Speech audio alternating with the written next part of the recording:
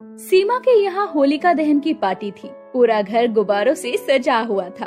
बिरजू भैया जल्दी जल्दी हाथ चलाओ, अभी बालकनी पूरी रह गई है सजाने के लिए, शाम को पार्टी है। सीमा अपने नौकर से बोल ही रही थी कि तभी उसका पति विजय वहाँ आता है और बोलता है, सीमा तुमने सभी मेहमानों को कॉल कर दिया पार्टी के लिए? सबको कॉल तो कर दिया है, बस थोड़े ही लोग रहते हैं। ठीक है तो तुम कॉल कर लो। फिर सीमा डायरी उठाकर बचे हुए नंबर्स पर कॉल मिलाने लगती है। तभी उसकी नजर एक पुराने नंबर पर जाती है जो कि उसकी बचपन की सहेली अंकिता का होता है। वो नंबर देखकर सीमा के मन में एक हलचल होती है और वो झट से अपनी बचपन की सहेली अंकिता को कॉल मिला देती है। हेलो अंकिता, मैं सीमा बोल रही हूँ, पहचाना? अरे हाँ पहचान लिया। पता कैसे याद किया इतने सालों बाद? वो मेरे घर पर होलिका दहन की पार्टी है, मेरा मतलब पूजा है, उसके बाद पार्टी है, तो तुम्हें आना है। इतना कहने के बाद सीमा फोन रख देती है और अंकिता मुंह बनाकर बोहे चढ़ाते हुए बोलती है, आजकल तो गरीब लोग भी पार्टियां देने लगे। अच्छा है, इससे मुझे गरीब सीमा की बेइज्जती करने का एक मौका मिल जाएगा। शाम को अंकिता महंगी सी सिलिकॉन की साड़ी पहनकर तैयार हो जाती है और अपने आलीशान गाड़ी में बैठकर जाने के लिए तैयार हो जाती है। तभी उसके फोन पर एक मैसेज आता है जिसमें पार्टी की जगह की लोकेशन होती है। तो अंकिता बोलती है, ये लो, पार्टी की जगह की लोकेशन भी आ गई। जरूर किसी गरीब सी बस्ती में कर रही होगी पार्टी, पता नहीं कैसी होगी। इतने लॉन्ग टाइम बाद में मिलना होगा इससे, वो भी इस गरीब सीमा से। अंकिता ऐसा सोच ही रही थी कि तभी गाड़ी एक ग्रैंड से होटल के आगे आकर रुक जाती है। अंकिता अंदर जाकर देखती है तो अंदर होलिका दहन की पूजा के लिए बहुत बड़ा सेटअप लगा होता है और वो सोचती है, ये इतनी ग्रैंड पार्टी, वो भी इस गरीब सीमा की, कुछ समझ नहीं आया। अंकिता ऐसा सोच रही थी कि तभी वहाँ सीमा और उसका पति विजय आ जाता है। अरे वाह, तेरे तो ठाट बाट ही बदल गए। हाँ, पढ़ाई पूरी होने के बाद जैसे मेरे भाग्य ही खुल गए और मैं आईएएस बन गई और विजय डॉक्टर है। ये सब हमारी मेहनत का नतीजा है। तो यहाँ बैठ, मैं अभी आती हूँ और फिर हम दोनों मिलकर खूब बात करेंगे। सीमा के जाने के बाद अंकिता गुजरे हुए दिनों में खो जाती है, जहाँ सीमा और अंकिता बचपन की सहेलियाँ थी, लेकिन उनकी अमीरी और गरीबी में फर्क था। जहाँ अंकिता एक अमीर बाप की बिगड़ी हुई जिद्दी लड़की थी, वहीं दूसरी तरफ सीमा एक गरीब दर्जी की समझदार बेटी थी। सीमा, अरे ओ सीमा, जल्दी आजा, कॉलेज के लिए देर हो रही है। आ गई, क्यों फटे हुए धूल की तरह बज रही है? तो कॉलेज के फंक्शन में ये पुराना फटीचर सा सूट पहनकर जाएगी? हाँ, क्यों, इसमें क्या बुराई है? अरे बुराई कुछ नहीं है, बस तू मेरी आलीशान गाड़ी में बैठने के लायक है ही नहीं। मैं तो जा रही हूँ, तो जैसी को मैं अपनी गाड़ी में नहीं बैठा सकती। अरे सुन, अरे रुक तो।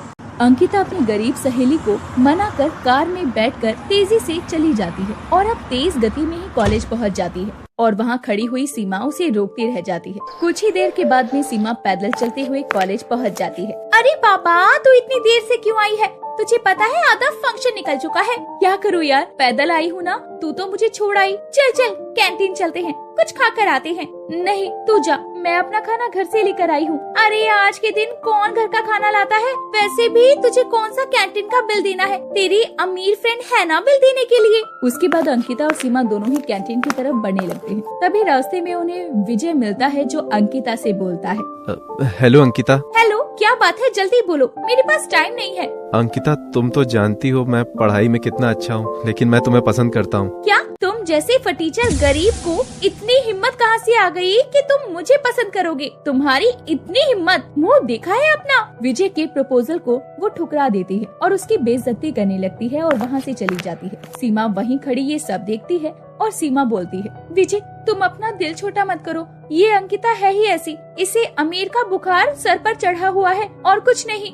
सीमा का नरम स्वभाव देखकर विजय खुद को उसकी तरफ खींचने से रोक नहीं पाता और कुछ ही दिनों में वो सीमा को प्रपोज करता है। उसके बाद वो दोनों शादी कर लेते हैं। जब ये बात अंकिता को पता चलती है तो वो सीमा और विजय के घर उन्हें बेइज्जत करने आती है। सीमा, तुम तो बहुत छुपा रुस्तम निकली और चोरी छुपके शादी कर ली और अच्छी खासी सहेली को ही बुलाना भूल गई। वो शादी बहुत साधारण तरीके से हुई है ना, और जल्दबाजी में, इसीलिए समय नहीं मिल पाया। हाँ, पता है, तुम गरीबों की शादी तो मंदिर में हो जाती है, पर हम अमीरों की शादी तो कितनी ग्रैंड होटल में होती है और बैंड बाजे के साथ होती है। ये लो, ये मेरी शादी का कार्ड है, चांदी का बना हुआ है और सोने के तार से काम हुआ है इस पर। सुंदर है ना? बहुत सुंदर है, जरूर आना। माफ करना अंकिता, लेकिन मैं तुम्हारी शादी में आकर तुम्हारा सर शर्म से नहीं झुकाऊंगी। उसके बाद अंकिता वहाँ से चली जाती है। उस दिन के बाद से अंकिता और सीमा दोनों ही सहेलियाँ कभी नहीं मिलती और उसके बाद वो आज के दिन मिली थी। अंकिता कहाँ खो गई?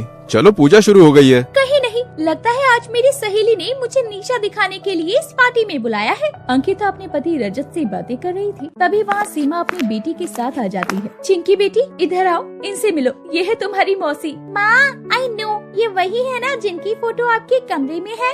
यस बेटा, ये वही है। हेलो मौसी, आपको पता है मम्मी रोज आपकी बात करती है। हेलो बेटा। चिंकी के मुंह से ये बातें सुनकर अंकिता का तो जैसे मन भर आता है और वो अपनी सहेली सीमा से बोलती है, सीमा मुझे माफ कर दो, मैंने तुम्हारे साथ बहुत गलत किया, फिर भी तुम अपनी सहेली को नहीं भूली। परेशान मत हो अंकिता, वो दिन ही हम सहेलियों के इम्तिहान के थे। तुम्हारी दोस्ती तो आज भी मेरे दिल में है और विजय के लिए तुम वही हो। आज होलिका दहन है, तुम भी अपने अंदर की सभी गलतफहमियों बुराइयों को मिटा दो और होलिका के साथ दहन कर दो। उसके बाद वो दोनों गले मिल जाते हैं और सब मिलकर होलिका दहन की पूजा करते हैं।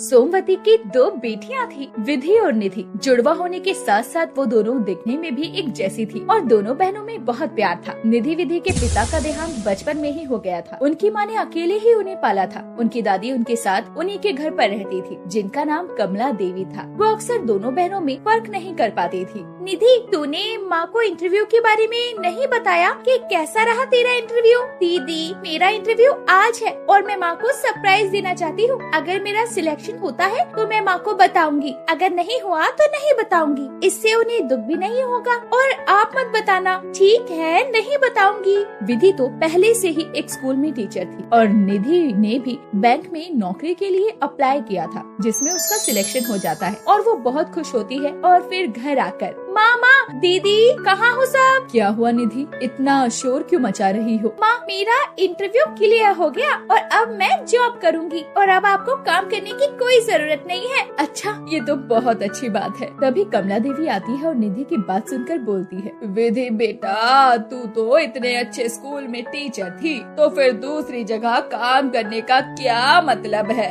अरे दादी, मैं विधि नहीं निधि हूँ, कभी तो पहचान लिया करो, बचपन से देखा है आपने हमें। अरे एक तो तुम्हारी शक्लें एक जैसी हैं और तुम कपड़े भी एक जैसे पहन लेती हो, कोई कैसे बताए भला? क्यों दादी, माँ भी तो पहचान लेती है ना हमें। तभी वहाँ विधि आ जाती है और बोलती है, निधि, तुम जानती हो हम दोनों में सिर्फ एक ही चीज का फर्क है जो दादी आज तक नहीं समझ पाई और माँ ने हमें पैदा किया है तो माँ अच्छे से जानती है। दोनों बहनें एक जैसी होने के कारण कोई भी उनमें फर्क नहीं कर पाता था, लेकिन उनकी माँ सोमवती समझ जाती थी कि दोनों में एक ही फर्क था। निधि हमेशा तेज और ज्यादा बोलने वाली मुंहफट लड़की और विधि बहुत नरम स्वभाव की और प्यार से बोलने वाली लड़की। ऐसे ही दिन बीतते और अब निधि और विधि दोनों ही जॉब करती हैं। विधि एक स्कूल में टीचर थी और निधि बैंक में जॉब करने लगी। और फिर एक दिन, निधि, विधि बेटा, मुझे तुम दोनों से कुछ बात करनी है। जी माँ, बोलिए। हाँ माँ, बताओ क्या हुआ? तुम दोनों के लिए रिश्ता आया है। माँ, आप तो जानती है ना कि अभी हमें शादी नहीं करनी है। देखो बेटा, शादी तो सभी को करनी होती है और रिश्ता अच्छा है, तुम दोनों एक ही घर में जाओगी और मैंने रिश्ते के लिए हाँ कर दिया है। माँ,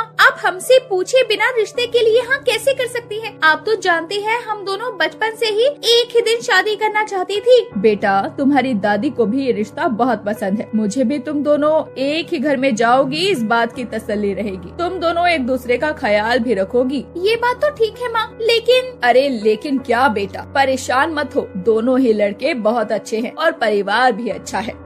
सोमवती के बहुत समझाने के बाद निधि विधि दोनों मान जाते हैं। ऐसे ही कई दिन बीतते हैं और फिर उनकी शादी का दिन आता है और निधि विधि आज बहुत खुश थी क्योंकि उनके बचपन का सपना आज पूरा होने जा रहा था। दीदी, आज मैं बहुत खुश हूँ, हमारे बचपन का सपना पूरा हो जाएगा। हाँ, तुम सही कह रही हो, हम बचपन से ही चाहते थे कि हमारी शादी एक ही दिन हो, लेकिन ये नहीं पता था कि हमारी शादी एक ही घर में होगी। निधि विधि, तुम दोनों तैयार हो गयी? जी माँ, बस आ रहे हैं। माँ, बताओ हम दोनों कैसे लग रहे हैं? मेरी दोनों बच्चियाँ परियां लग रही हैं। जल्दी चलो, तुम्हारी दादी भी बुला रही है, उन्होंने कहा है कि शादी की रस्मों से पहले दुर्गा माँ की पूजा करनी है। ठीक है माँ, हम दोनों अभी आते हैं। वैसे सब मेहमान आ गए? हाँ बेटा, सब मेहमान आ गए, तभी तो तुम्हारा इंतजार हो रहा है। पता नहीं ये आंचल, सुमन, राधिका कहाँ रह गई? निधि, तूने राधिका को बुला लिया, तुझे पता है ना वो कितनी घमंडी है, बाकी सबको बुला लेती, मैं भी कुछ अपने खास दोस्तों को ही बुला पाई हूँ। दीदी क्या करती, जब से सुमन के घर गई तो वहीं राधिका मुझे मिल गई और वो जिद करने लगी कि मुझे भी शादी में बुलाओगी नहीं क्या? तो आप ही बताइए माँ, मैं कैसे ना बुलाती? अरे निधि विधि, तैयार नहीं हो गई हो क्या तुम अब तक? कोई बात नहीं, आ रही है तो आने दो। तुम दोनों जल्दी से तैयार होकर नीचे आ जाओ, देखो दादी भी बुला रही है। चलो जल्दी करो, आप चलिए, हम आ रहे हैं। थोड़ी ही देर बाद दोनों बहनें नीचे आती हैं। दोनों ने लाल कलर के लहंगे पहने हुए थे जिसमें वो बहुत सुंदर लग रही थी। उन्हें सब देखते रह गए। जैसे ही वो नीचे पहुंची तो वो देखती है कि उनकी सारी फ्रेंड्स में राधिका भी आई थी। और तभी विधि बोलती है, मुझे पता था ये राधिका जरूर आएगी, मुझे तो इसे देखकर ही गुस्सा आने लगता है। अरे दीदी, उस पर ध्यान मत दो, आज हमारे लिए इतना बड़ा दिन है, आप अपने खुशियों के दिन को ऐसे बर्बाद मत करो। कांग्रेचुलेशन विधि और निधि, मैं तुम्हारे लिए बहुत खुश हूँ। सुना है तुम दोनों एक ही परिवार में जा रही हो? हाँ, तुमने सही सुना है, हम दोनों एक ही परिवार में जा रही हैं। अरे दोनों बहनें आज के दिन कौन सी बातें करने लग गई? आओ इधर, दुर्गा माँ का आशीर्वाद ले लो। आओ आओ, दोनों आशीर्वाद ले लो। उसके बाद दोनों बहनें दुर्गा माँ का आशीर्वाद लेती हैं। उन्हें देखकर राधिका के दिमाग में कुछ चल रहा होता है। बहुत खुशी मना रही है ना ये निधि और विधि, इन्हें तो मैं बताऊंगी।